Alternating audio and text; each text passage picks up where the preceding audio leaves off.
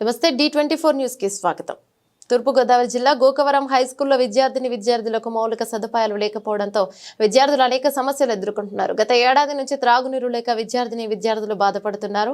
Toilets ఉన్నా అవి ఉపయోగకరంగా లేవు. సైకిల్ షెడ్ లేకపోవడంతో చెట్టు కింద సైకిళ్లు పెడుతుంటే సైకిళ్లు తరచుగా రిపేర్లకు వస్తున్నాయని విద్యార్థులు ఆవేదన చెందుతున్నారు. పాఠశాలకు చెందిన ఆట స్థలంలో పేరుకుపోయిన కుప్పలను తొలగించకపోవడంతో విష సర్పాలుంటాయని విద్యార్థులు భయభ్రాంతులకు గురవుతున్నారు. పాఠశాలకు వాటర్ ప్లాంట్ ఉన్నప్పటికీ అది మరమ్మతులకు గురైంది. ఈ సమస్యలన్నింటికీ కారణం అధికారుల పర్యవేక్షణ లోపమని విద్యార్థుల తల్లిదండ్రులు పలువురు ఆరోపిస్తున్నారు.